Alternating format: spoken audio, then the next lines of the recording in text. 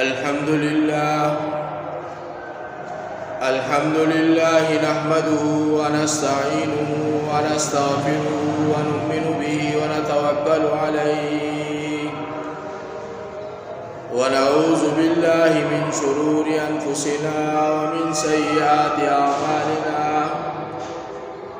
मन यहदिहिल्लाहु फला मुदिल्ल लहु व मन युद्लिलहु फला हादिय लहु वअशहदु अल्ला इलाहा इल्लल्लाहु वहदहु ला शरीका लहु वअशहदु अन्न सय्यदना व सनदना व मौलाना मुहम्मदन अब्दुहु व रसूलुहु अरसलहु बिलहक्कि बशीरन व नज़ीरा व दाइयन इलल्लाहि बिइज़्निहि व सिराजन मुनीरा अम्मा बादु फ़अऊज़ु बिल्लाहि मिनश शैतानिर रजीम बिस्मिल्लाहिर रहमानिर रहीम वमा मुहम्मदुन इल्ला रसूल क़द ख़लत मिन क़ब्लिहिर रुसुल क़ाल तबारक व तआला फ़ी मक़ामिन आख़र मुहम्मदुर रसूलुल्लाह वल्लज़ीन मअहु अशिद्दाउ अलल कुफ़्फ़ारि रुहमाउ बैनहुम क़ाल रसूलुल्लाहि सल्लल्लाहु तआला अलैहि वसल्लम अना ख़ातमुन नबिय्यीन क़ाल रसूलुल्लाहि सल्लल्लाहु तआला अलैहि वसल्लम अना ख़ातमुन नबिय्यीन ला नबिय्य बअदी आमन्तु बिल्लाहि सदक़ल्लाहु मौलानल अज़ीम व सदक़ रसूलुहुन नबियुल उम्मियुल करीम व नहनु अला ज़ालिका लमिनश शाहिदीन वश्शाकिरीन वल्हम्दुलिल्लाहि रब्बिल आलमीन इन्नल्लाह व मलाइकतहु युसल्लूना अलन नबी या अय्युहल्लज़ीना आमनू सल्लु अलैहि व सल्लिमू तस्लीमा अल्लाहुम्मा सल्लि अला मुहम्मदिन व अला आलि मुहम्मद कमा सल्लैता अला इब्राहीम व अला आलि इब्राहीम इन्नका हमीदुम मजीद अल्लाहुम्मा बारिक अला मुहम्मदिन व अला आलि मुहम्मद कमा बारकता अला इब्राहीम व अला आलि इब्राहीम इन्नका हमीदुम मजीद अल्लाहुम्मा सल्लि सलातन कामिलतन व सल्लिम सलामन ताम्मन अला सय्यिदिना व मौलाना मुहम्मदन अब्दुहु व रसूलुहु सलातन तन्हल्लु बिहल उक़दु व तनफ़रिजु बिहल कुरबु व तुक़ज़ा बिहल हवाइज व तुनालु बिहल रग़ाइब व हुस्नुल ख़वातीम व युस्तस्क़ल ग़मामु बिवजहिल करीम व अला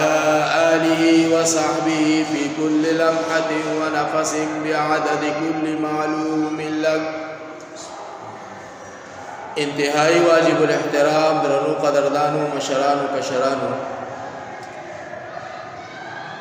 दा वक्त चिकम आयतुन मुबारका खुतबे फ़ इब्तिदा की मावलुस्तल पहागे के अवलनी आयत की अल्लाह रब्बुल इज़्ज़त नबी अलैहिस्सलातु वस्सलाम ता ख़ातमुन नबिय्यीन पैगम्बर वइली दी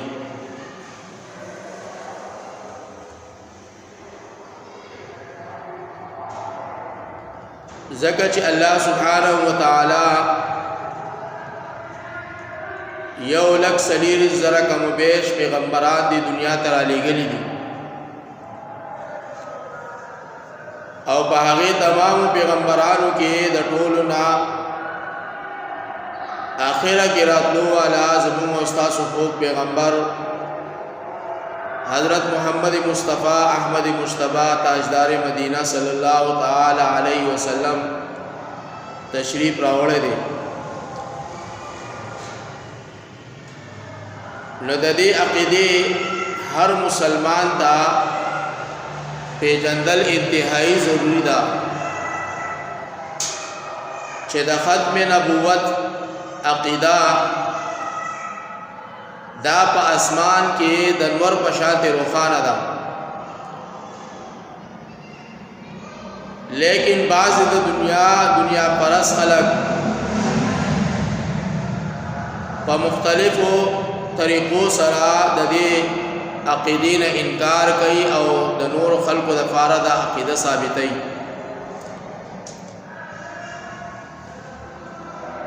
الله کے رسول اللہ صلی اللہ تعالی علیہ وسلم پخبلا حدیث پاک کے ارشاد فرمائی انا خاتم النبیین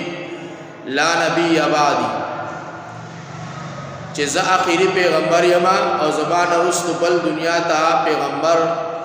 په حیثیت د پیغمبر دنیا ته راتلو والا هیڅ څوک نشتا.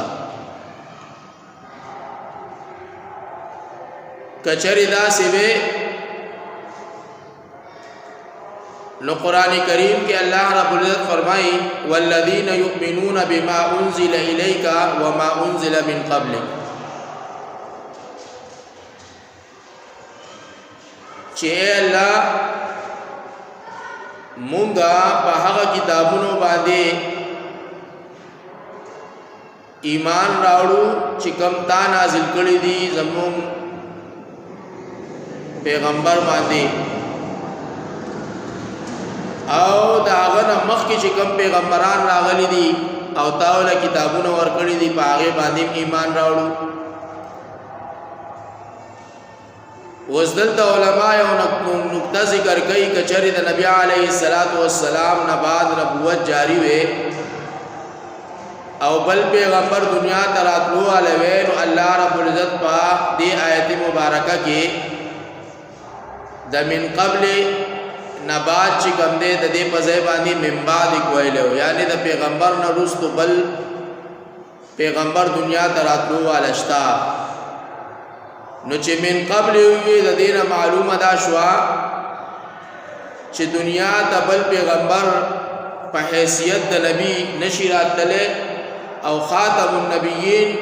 پیغمبر چې کوم دې هغه دنیا ته راغله دی. او بل دا عالمی پیغمبر دی، د هر امت دپاره الله رب العزت دنیا ته یو پیغمبر او یو رسول یو نبی را لېږلی دی، او دا پیغمبرانو ته معلومه وه کچرې زموږ په دعوت کې او زموږ په واعظ و نصیحت کې څه کمی پاتې شي نو الله به دنیا ته بل پیغمبر راولي کی او هغه به چې کوم دی هغه پوره کی. لیکن نبی علیہ الصلوۃ والسلام خاتم النبیین پیغمبر دی، آخری پیغمبر دی، دا هغه نه وروسته دنیا ته بل پیغمبر راتلو والا نشتا. نو هغه ټول معاملات چې د قیامت پورې راتلونکي دي، هغه ټول عبادات چې د قیامت پورې راتلونکي دي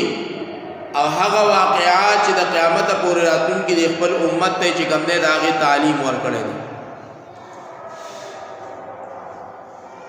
او بیا دا نبی علیہ الصلوۃ والسلام ارشاد فرمایلو چې زما په امت کې با غړ غړ داسې د نبوت دعوه کولو والا خلق راوزی چې هغه به ځان ته پیغمبر وای او ځان ته به نبی وای. د نبی علیہ الصلوۃ والسلام په زمانه کې هم دغه دروغجن پیغمبران چې کوم دی راغلي او د نبی علیہ الصلوۃ والسلام نه وروسته چې کوم دی د نبوت داون کی دعوه کون کی خلق راغلی. حضرت سیدنا ابوبکر صدیق رضی اللہ تعالی عنہ ته چې کله خلافت میلاو شو د ټولو نمخ کې د هغې دروغجن مسلمه کذاب چې ځان ته پیغمبر او نبی وي دا هغه خلاف چې کوم دی د جهاد اعلان فرمایلو.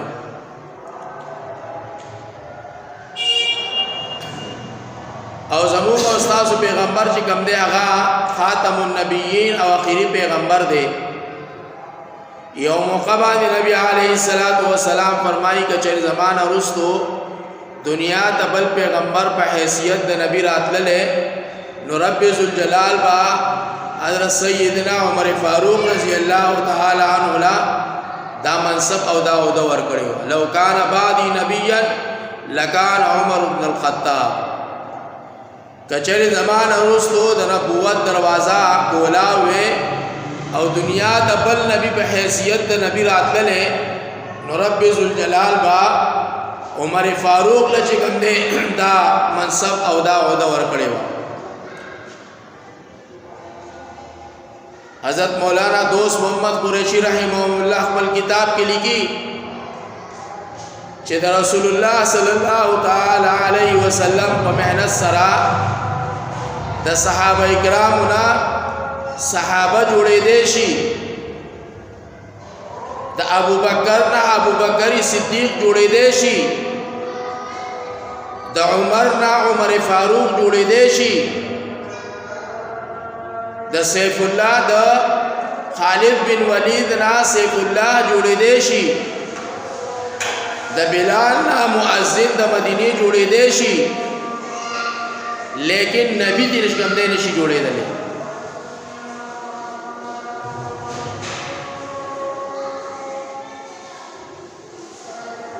د پیغمبر په تعلیم او تعلم سره او په مهنت سره صحابو ته چې کوم مقام حاصل دی په حیثیت د یو صحابي او د یو جانشین نو په هغه مهنت سره چې کوم دی دا غوینه صحابه جوړې دي شي، جانشین جوړې دي شي، اولیاء جوړې دي شي، لیکن نبی دې نشي جوړې دي.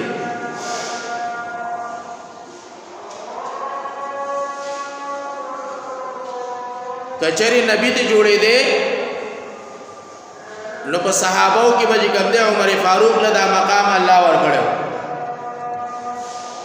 چې د نبوت ټول نخې چې کوم دی په هغه کې موجود وي. لیکن دینه معلومه شو دا خبره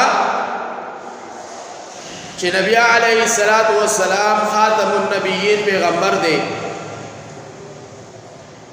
نو دا هغه نورستو نه تشریعی نبی راتللی شي، نه غیر تشریعی نبی راتللی شي، نه ذلی نبی راتللی شي، نه بروزی نبی راتللی شي. لکه په دې زمانہ کې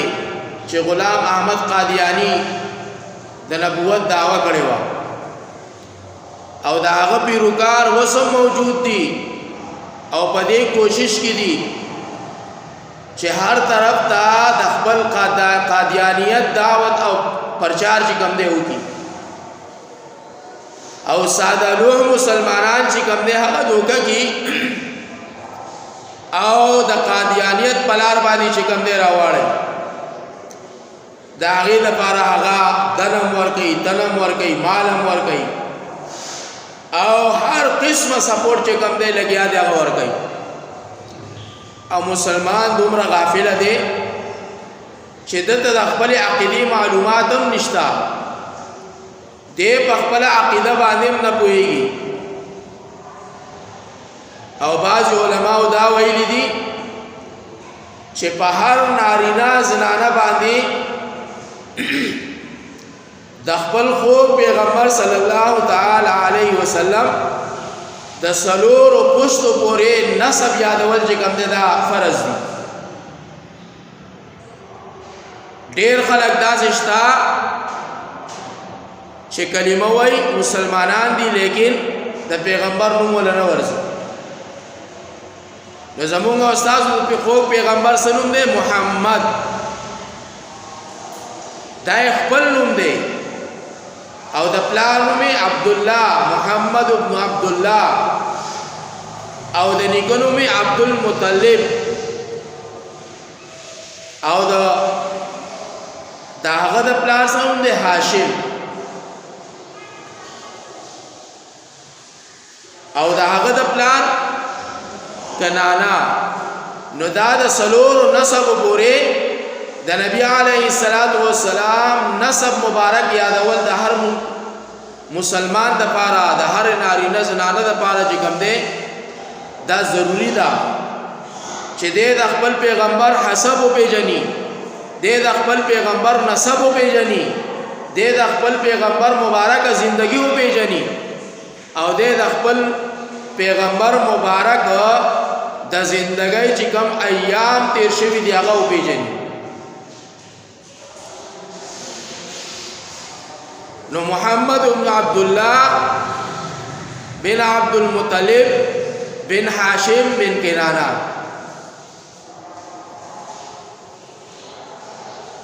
او معرض کو چې نبی علیہ الصلوۃ والسلام عالمی پیغمبر دے. قرآن کریم کې الله فرمائے یا ایها الناس انی رسول الله الیکم جميعا، اے دا تمام جہان انسانانو تاسو ته الله رب العزت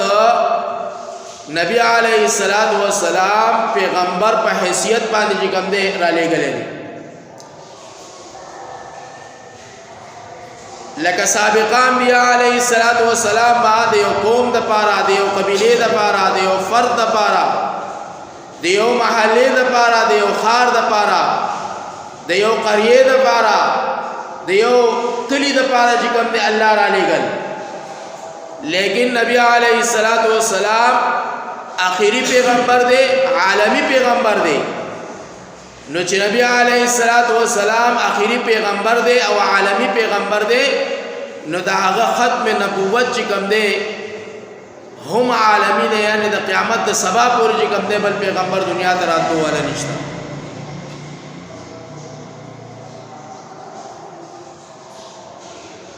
او د نبی علیہ الصلوۃ والسلام د نبوت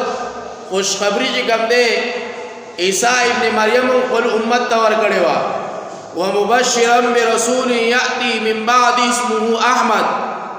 چې زه تاسو له زیری در کوم د دې خبرې چې دنیا ته یو پیغمبر زمانه رسول را روان دی چې دا هغه نوم احمد دی او دا د الله آخري پیغمبر دی.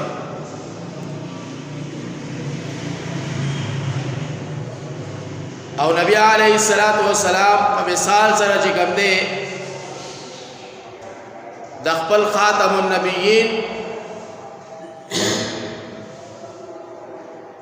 کېدلو په وجه باندې چې کوم دی په مثال سره خپل امت سمجھاوي. وای زما د آخري پیغمبر حیثیت داسې دی لکه یو سړی ښایسته محل جوړ کی چې په هغې کې هیڅ قسمه څه کمی نه راځي، قتل والا ورته ګوري خوشحالیږي، لیکن په یو کونه کې چې کوم دی یو خښت د یو خښتې ځای چې کوم دی هغه خالی. نور دا محل مکمل دی، په خپل ښایست باندې پوره دی،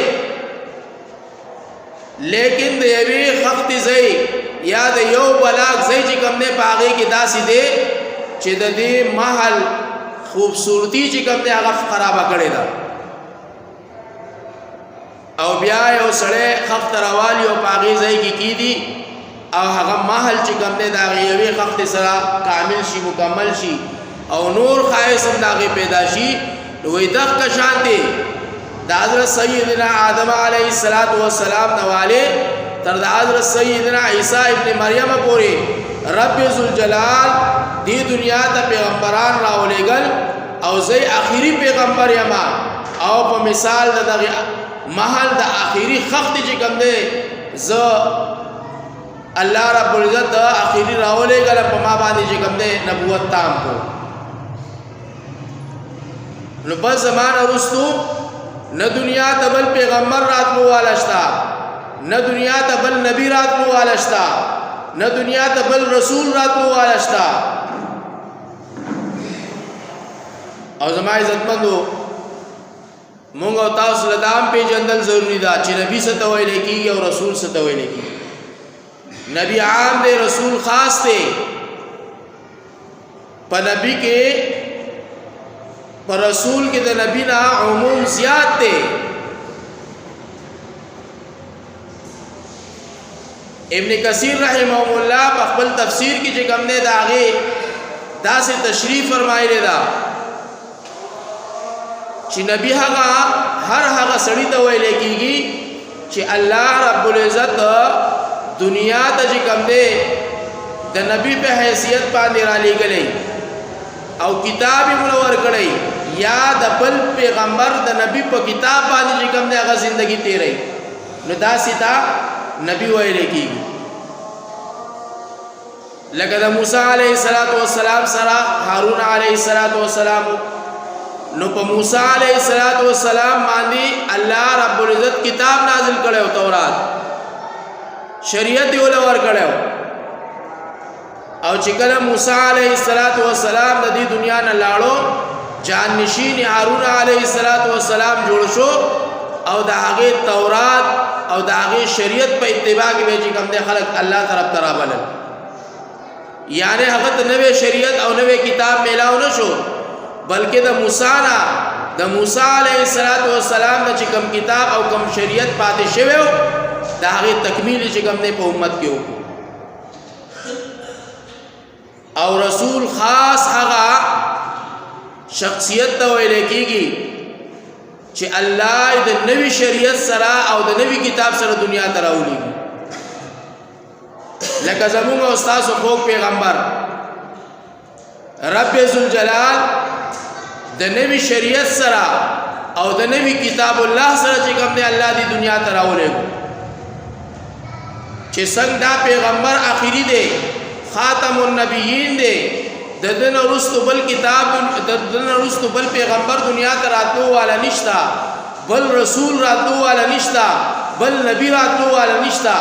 دغه شانتی د نبوت چې کوم دی هغه اخیری چې څنګه د نبوت اخیری دی داسې د کتاب اخیری دی چې څنګه د کتاب اخیری دی داسې د رسالت اخیری دی ځکه حدیث پاک کې راځي رسول الله صلی الله تعالی علیه وسلم فرمایي انا خاتم النبیین لا نبی بعدی لا رسول بعدی لا کتاب بعدی لا نبوت بعدی لا رسالت بعدی یعنی زمان ورستو چې پیغمبر دنیا ته راتلو والا نشتا نو بل کتاب هم دنیا ته راتلو والا نشتا بل نبی دنیا ته راتلو والا نشتا خاتم النبیین پیغمبر یم او قرآن کریم کې الله فرمایي الیوم اکملت لکم دینکم واتممت علیکم نعمتی ورضیت لکم الاسلام دینا د حجۃ الوداع په موقع کې دا آیت نازل شوه دی چې ما تاسو د پاره دین اکمل او مکمل کو تام میں کو مکمل میں کو واتممت علیکم نعمتی ورضیت لکم الاسلام دینا او هر نعمت په تاسو باندې کوم نه ما مکمل کو ورضیت لکم الاسلام دینا او کم دین الاسلام چې تاسو ما درکړې دي زه په هغه باندې راضی یم او زما پر رضا باندې چې کوم نه تاسو ته ملاو شوی نو دین دا معلومه شوا چې نبی اخیری دی دین الاسلام اخیری دی او دین الاسلام د تمام ادیان باطلو د پاره چې کوم دی الله رب العزت دنیا ته را لېږلی دی چې څنګه پیغمبر پر راتلو سره نور پیغمبران سابقه هغه منسوخ شو دا وی شریعت منسوخ شو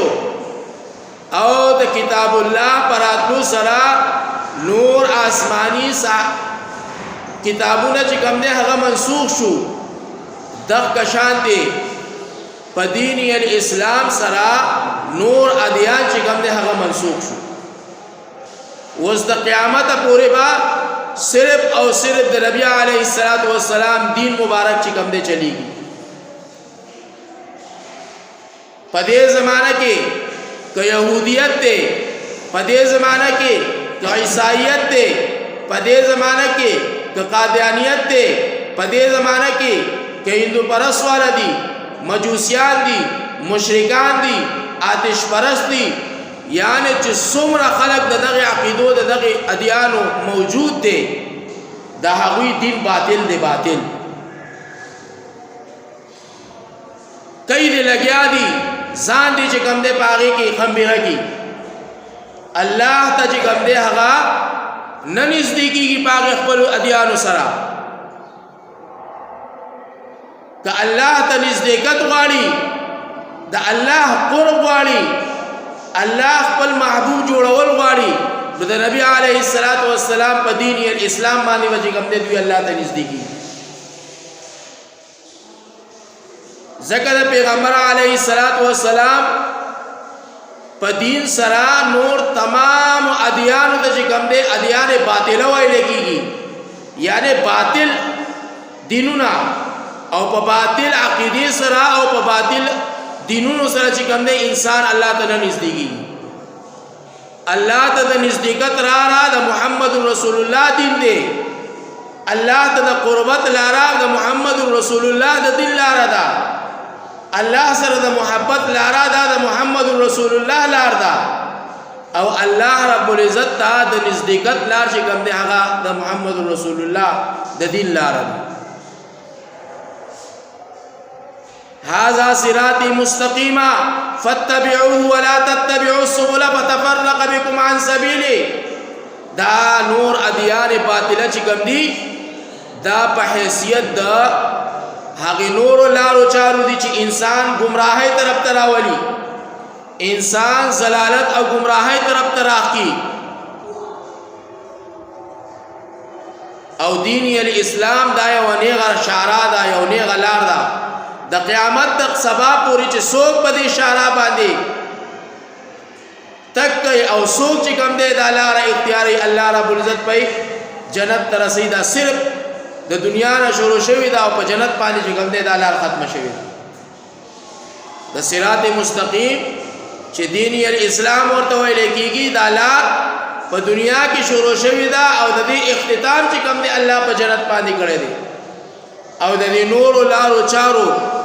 ابتدا چې کوم دی د دنیا نه شوی دا او اختتام چې کوم دی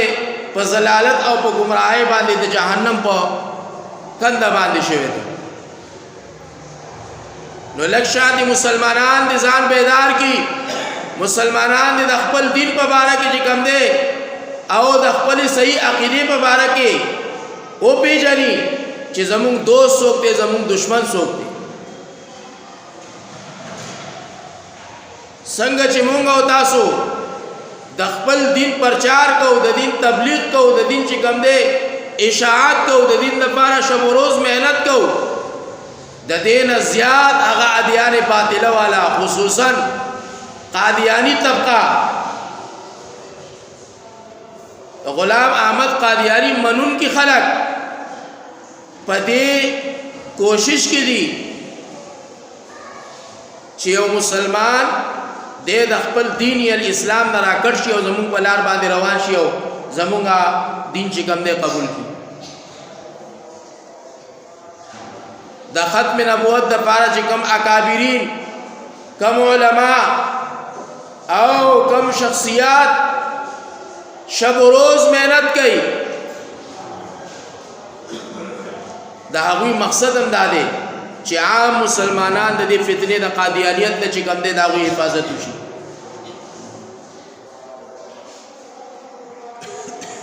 زمونږ استاسو په ملک کې چې کوم دی دا فتنه ډېره زیاته شوله اوس ځکه هم نوا هم مسلک او سپورټ والے چې کوم دی په دنیا په دې وخت کې موجود دي 73-74 په آئین کې چې کوم دی دا په اقلیتو کې شمار شوي دي د مفتی شفیع رحمت الله علیه مولانا غلام غوث ازهروی رحمت الله علیه د شاه احمد نورانی رحمت الله علیه او د نور اکابرینو په مهنت سره الله رب العزت دا د اسلام د دغه چې کوم دی چې دوی به د کوم اسلام دعوه کوله د هغې نه چې کوم دی اقلیت ته ویشتل او د سبا قیامت د سبا پورې چې کوم دی هغه تحریر موجود دی هغه قانون موجود دی هغه آئین موجود دی چې څنګه عیسائیت اقلیت کې دی څنګه یهودیت په اقلیت کې دی او نور ادیان باطله په اقلیت کې شمار دي دغه شان دي دا قادیانیان احمدیان پرویزیان چې د دوی بچی دي دا ټول په قادریت په دغه کې چې کوم دی په اقلیت کې شمار دي. دوی خپل عبادت خانه نشي جوړولی، دوی په خپل عبادت خانه کې اذان نشي کولی، دوی په خپل عبادت خانه کې مونځ نشي کولی، او دوی د خپل دین پرچار نشي کولی. دای په هغې آیین کې لیکلي دي. لیکن سپورټر نن سبا موجود دي په حکومتي سطح باندې، او د هغوی کوشش دا دی چې دا خلک رامخکې شي او په دې نورو باندې بینډ ولګي. او انشاءالله تعالی چې د کمې پورې زموږ اکابر، زموږ علما، حق فرس علما د دې دپاره د خپلو جانونو قربانۍ ورکړي دي، د دې دپاره د خپلو مالونو قربانۍ ورکړي دي، شب و روز په دې محنت کې مصروف عمل دي. انشاءالله چې د کمې پورې هغه موجود دي، قادیانیت ته چې کوم دی برتري نشي حاصلېدلی. او دا خو هغوی کولاو ویلي دي، کولاوې دا خبره کړې ده چې د کمې پورې د کم وخته پورې دا پټکو والا چې په سر باندې پټکي تړلې دي او سپینې جامې اغوستې دي او لوی لوی ګیرې کې پرېښودې دي او په لاسو کې تسبیح اغوستې دي او ځان ته چې کوم دی مسلمانان او علما وایي چې د کمې پورې دا علما موجود دي نو زموږ حکومت چې کوم دی نشي راتللی، او انشاءالله د قیامت د سبا پورې به نه راځي. د قیامت د سبا د خطو پورې به انشاءالله د دوی دور حکومت نه راځي، د دوی طاقت په نه راځي. هر څومره که دوی کوشش وکړي، هر څومره که دوی مال وخوري په خلکو باندې، هر څومره چې د خلکو عقیدې خرابې کړي، لیکن په خپل مقصد کې به نه کامیابېږي انشاءالله عز وجل. چې د کمې پورې دا علما موجود دي، د کمې پورې دا اکابرین موجود دي، د کمې پورې د ختم نبوت امیران موجود دي، او د ختم نبوت دپاره د ځانونو قربانۍ ورکولو والا موجود دي. انشاءالله د دوی دور حکومت په نه راځي. هر څومره که دوی کوشش وکړي، هر څومره که دوی ته د حکومت په سطح سره سپورټ میلاو شي، هر څومره که دوی څوک مرسته وکړي، انشاءالله عز وجل دوی ته به چې کوم دی حکمراني نه میلاویږي. دا علما دې لرې کړي، بیا به ورته لار صفا شي. او دا خو قانون جوړ شوی د قانون خو څوک نشي ماتولی. او بیا ډېر خلک چې کوم دی زمونږ د ایوان بالا چې ځان ته مشران وایي راځئ چې د 73-74 پر دې آیین کې لږ شانتې ترمیم وکړو. ته به پکې څه ترمیم وکړې چې کوم آیین جوړ شوی دی، کوم قانون جوړ شوی دی، ستا نه مخکې حکمرانانو په هغې کې ترمیم نه دی کړی، ستا نه مخکې حکمرانانو بادشاهانو په هغې کې ګوتې نه دي والي، ته به یې پکې څنګه وایي؟ دا علما به مړئ، دا کابرین به مړئ. نو دا یو عظیمه فتنه ده په دنیا کې، عظیمه فتنه ده په دنیا کې چې زما او ستا په ایمان باندې ډاکه اچوي. ځکه زه بار بار دا تاسو ته وایم چې د علماو سره خپل روابط ساتئ، د علماو سره خپل ناسته ولاړه کوئ، د علماو نه د خپل دین په باره کې تپوس کوئ، د خپل شریعت په باره کې تپوس کوئ، د خپل دین یعنی اسلام په باره کې معلومات کوئ، د خپل زندګۍ تیرولو په باره کې د علماو نه رائے اخلئ، مشوره دې اخلئ. او چې د چا تعلق د علماو سره او انشاءالله هغه به هېڅکله چې کوم دی د دې فتنې شکار کیږي نه. او چې د چا تعلق د دې علماو سره نه و، دې که ځان ته ډېر توزمارخان ووایي او دې به د دې فتنې شکار کیږي. غټ غټ خلک د دې فتنې شکار شو. الله دې زموږ او ستاسو حفاظت وکړي د دې باطلو ادیانو نه، د باطلو فرقو نه. غټه فتنه ده، نور فتنې هم شته دی. دغه علماء اهل سنت والجماعت په مقابله کې نور فتنې هم شته، لیکن د ټولو نه خطرناکه فتنه چې کوم دی هغه د قادیانیت ده. علماء فرمایي اکابرین لیکي په خپل کتابونو کې چې د دوی مثال چې کوم دی هغه د دماغ پتا سو پیژنئ د وینو مثال دی وینه د بار نه چې کوم دی لرګې نه خوري دای د دننه نه کوکله کوي د دننه نه چې کوم دی خوله اړامه کوي او دننه خپل کاروایی کوي د دننه نه چې کوم دی هغه لرګې کمزورې کوي چې بیا هغه لرګې ته داسې کې هغه ماچي ځکه هغه د دننه نه کوکلې ختم. نو د دې قادیانیانو د دې پرویزیانو د دې احمدیانو او د دې د منونکو مثال چې کوم دی هغه د دماغ دی د وینو دی دوی د دننه نه چې کوم دی پتا باندې وار کوي ظاهر باندې پتا باندې وار نه کوي دننه او پتا باندې مهنت کوي ستا دننه به چې کوم دی خرابای او د هغې نه وروسته به چې کوم دی ستا په ظاهر باندې وار کوي. الله دې خلکو نه زموږ او ستاسو د عامو مسلمانانو حفاظت وکړي. دا عظیمه فتنه ده. الله دې فتنې نه زموږ حفاظت وکړي. علماء سره تعلق ساتي، علماء سره ناسته ولاړه کوي، علماء نه د خپل دین په باره کې تپوس کوي، د محمد رسول الله د زندګۍ په باره کې تپوس کوي، دا هغه د زندګۍ په باره کې چې کوم دی معلومات کوي،